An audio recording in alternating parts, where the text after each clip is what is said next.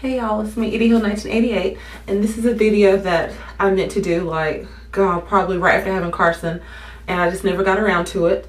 And I keep getting asked the questions a lot, especially on her labor and delivery video. So I figured I would make this video now to let y'all know what worked for me during her labor. As y'all know, with Kane, I labored for 22 hours without like any kind of medication, without like an epidural or anything. And then I got the epidural after 22 hours of labor, and he was born 9 hours later. With Carson, her labor was 5 hours total. So, and we had it at the birthing center, so there was no like, not even a Tylenol, like no epidural, no nothing. So, and even on her birth video, I still get a lot of the questions of, oh, how to manage the pain and that kind of thing. So I figured that I would go ahead and let y'all know what I did to manage the pain with Carson's labor and delivery, and what I plan to do this time as well. So let's see. The number one thing, I have my phone right here. I've got my my list of things written down so I don't forget anything.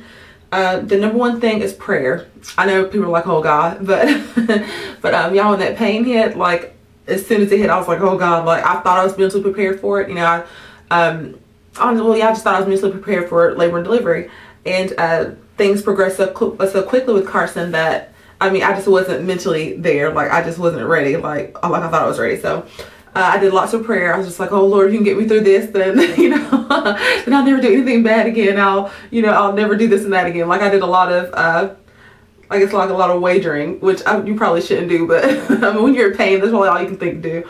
Anything to get rid of the pain. But anyway, y'all, I did some wagering, and I did lots of prayer, and I honestly think that prayer was like the number one thing that's really what helped me through. And just picture me holding her, that kind of thing. Like natural labor isn't fun. It wasn't an enjoyable experience by any means, but just picturing the outcome and just being positive, I think, is what helped a lot. So prayer, and I also have written down hypnobirthing. I looked at a few hypnobirthing techniques, like on YouTube and things. I didn't buy any hypnobirthing books or go to a workshop or something like that. I looked at just hypnobirthing on YouTube, and I use some hypnobirthing techniques like visualization and that kind of thing, but I mean, that works for some. It really didn't help a lot for me. Like the only thing that really helped me was picturing me holding her.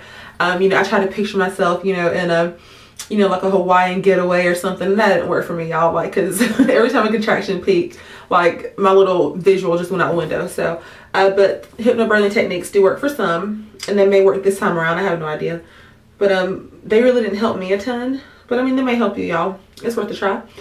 And let's see, moaning is also what helps. I am what is considered a vocal birther. You know that if you saw Carson's labor and delivery video. I moan, I groan. That is what helps to alleviate the pain for me, or helps to make it not as unbearable. A lot of people nowadays, they think, oh, if you make any kind of sound during natural childbirth, then you're a wimp. And that's definitely not the case.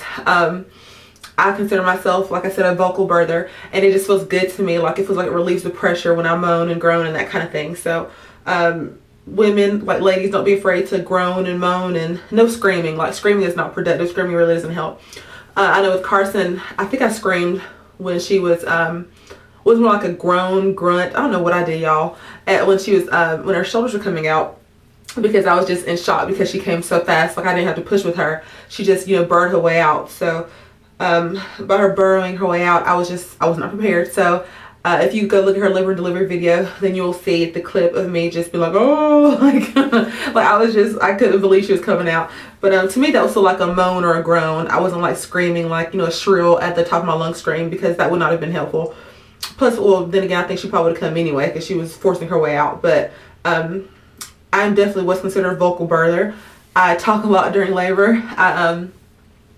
But yeah, I'm just vocal. I'm vocal anyways, I can see it, but I'm definitely a vocal birther, and that just seems to help. Me. So, I'm the type, I don't want people talking to me. I want you to be quiet to me, but I can talk to you when my contraction's over. And I just love to moan and groan and that kind of thing. So, and I did the same thing with Kane's labor delivery too. So I'm pretty sure I'll do it this time around. Let's see, the next thing I have is water. As y'all know, I didn't get my water birth with Carson like I expected to, and I'm hoping to get it this time around. But when I was in the water with Carson, I just got really, really hot. And like looking back on it, I don't know why I was so hot. Like the water wasn't hot. I was just really irritable, and like the last thing I want to do is be in the water. So I'm hoping that doesn't happen this time. But they consider water, like water is considered nature's epidural. So I was really relaxed in the water. It felt really good, but to me the temperature was just off. So So yeah, but water is just awesome to help with the pain, y'all. I would highly recommend, if not even, if you don't want to give birth in the water, then definitely consider just like wading in the water. Even if you're having a hospital birth and you're laboring at home, then just get in your bathtub, fill it with water and just wade around in it. It should make you feel a lot better. Let's see. Like I said, I do plan to have my water birth this time. We'll see. Let's see what else I have. I have squatting. Squatting is definitely what I think it contributed to Carson coming so fast. I squatted a ton at home. Like I labored for 3.5 hours at home, and then I labored the rest of the time in the birth center. But and like I said, she came so quick. But I was on my birthing ball, so I was bouncing on the birthing ball, squatting down, and I think that's what helped me dilate really fast. And then I was squatting, just I was squatting like in the birth pool, and I squatted when I gave birth to her. So I squatted pretty much most of my labor and delivery with her. And like I said, as y'all know, she was born when I was on my hands and knees.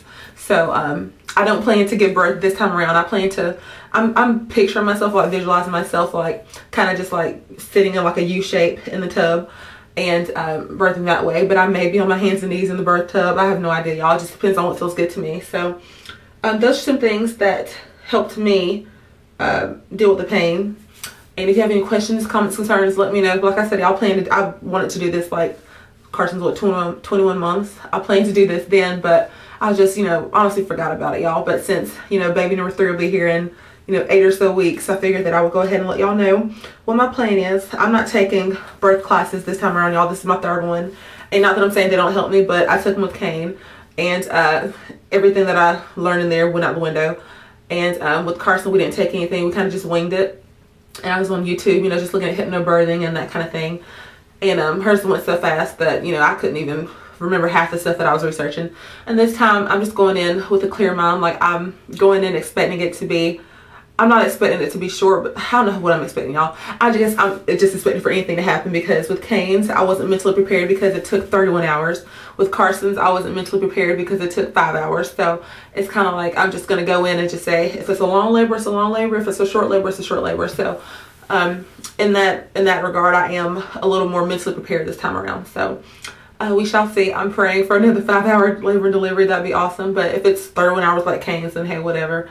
We'll see. We'll see when the time comes. But all right, y'all, if you have any questions, comments, concerns, let me know. All right, bye, y'all.